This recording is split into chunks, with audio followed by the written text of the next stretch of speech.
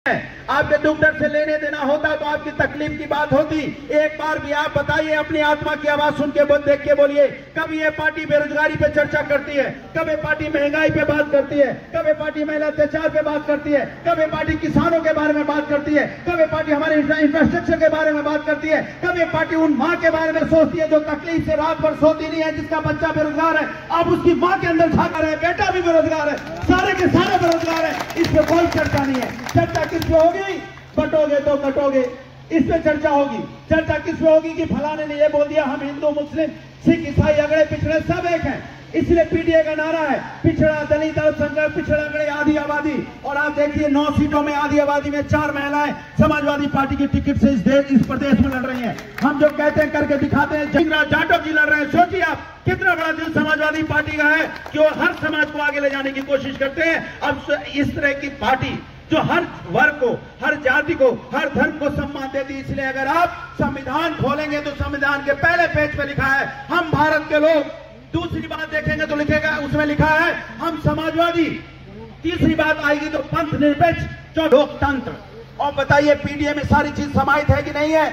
सामाजिक न्याय की बात हम पीडीए के माध्यम से करते हैं। हम समाजवाद की बात आपके सामने खड़े हैं कि हर समाज के वर्ग को हम आगे ले जाने की बात करते हैं। पंथ निरपेक्ष क्योंकि हम सभी धर्मों का सम्मान करते हैं। ये समाजवादी पार्टी है जो पीडीए को लेके आगे बढ़ी है। क्योंकि आदमी के दर्द का बुलडोजर कोई जीता जागता आदमी नहीं है। बुलडोजर किसी के घर पे चलेगा तो बुलडोजर को दर्द कैसे होगा? क्योंकि उसके अंदर तो दिल नहीं है। बुलडोजर में बुलडोजर तो स्टीयरिंग से चलता है, जहां चला दोगे वहां चला जाएगा। तो बुलडोजर पे विश्वास होगा या इंसान पे विश्वास होगा? आप बताइए। बुलडोजर पे विश्वास करेंगे कि आप मानव पे विश्वास करेंगे? आपको विश्वास इंसानियत पे होना चाहिए। इंसानियत के नाम पे मैं दोबारा से आपसे कहना चाहता हूं, आपके बीच में सिंह जाटव जैसे बड़े व्यक्ति, प्रदेश अध्यक्ष कैसे भले प्रदेश अध्यक्ष आपके बीच में राष्ट्रीय अध्यक्ष श्री अखिलेश यादव जी हैं जो हर कार्यक्रम तक पूरी पार्टी आपके साथ लगी रहती है। आप सिर्फ सिंह जाटव जी को देखिए, प्रदेश अध्यक्ष जी को देखिए, राष्ट्रीय अध्यक्ष जी को देखिए और साइकिल का बटन दबाइए, समाजवादी पार्टी को जिता के यहाँ एक इतिहास बनाइए। जय हिंद, जय समाजवाद।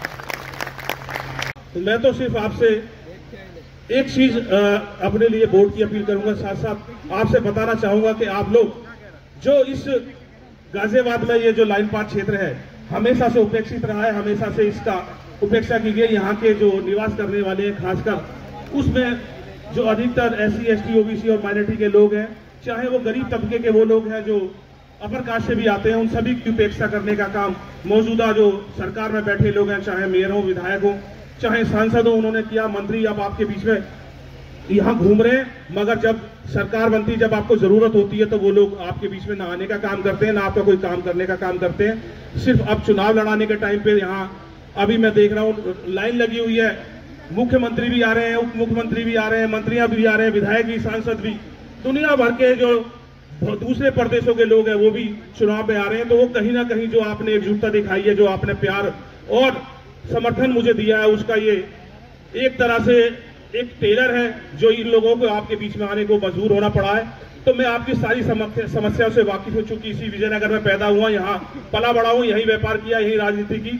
तो मैं आप लोगों से फिर पुनः अपनी बात जरूर रखूंगा, मगर आप लोगों से मैं विनम्र निवेदन करता हूं कि अपनी वोट बंटने मत देना, किसी झूठे बेईमान लोगों के, मतदार लोगों के इनके बहकावे मत आना और अपना एक एक वोट आने वाली 20 तारीख को साइकिल के सामने वाला बटन दबा के आप मुझे यहाँ से अपना आशीर्वाद देके लखनऊ भेजने का काम करेंगे।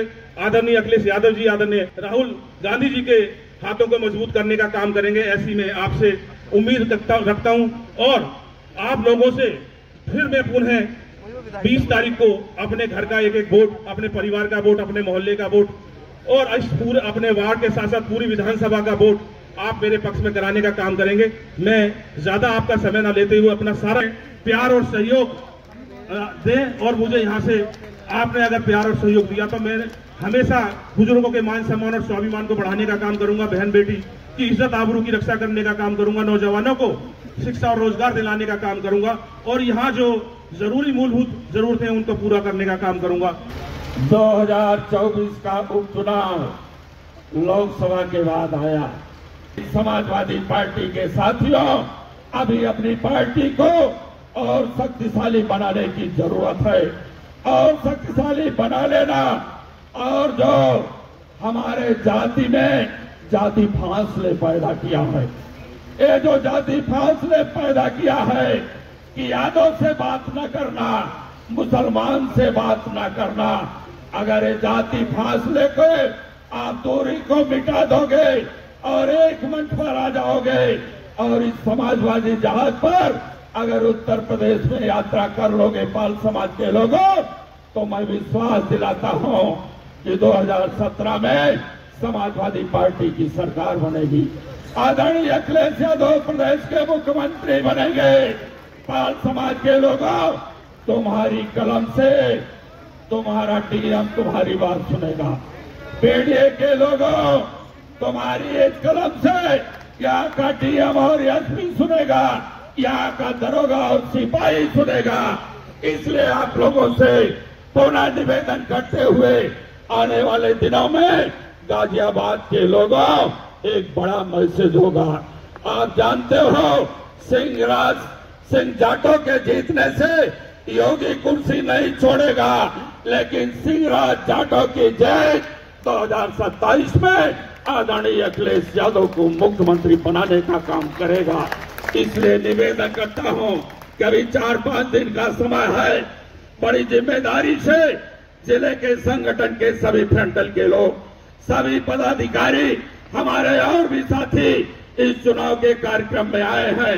सभी लोग बड़ी जिम्मेदारियों का निर्वहन करते हुए जिन बूथों तक हम नहीं पहुंच पाए हैं, कैंडिडेट्स नहीं पहुंच पाए हैं, वहां पर आप खुद सिंहराज जाटो और अखिलेश यादव, श्यामलाल पाल बन करके निवेदन कर लेना।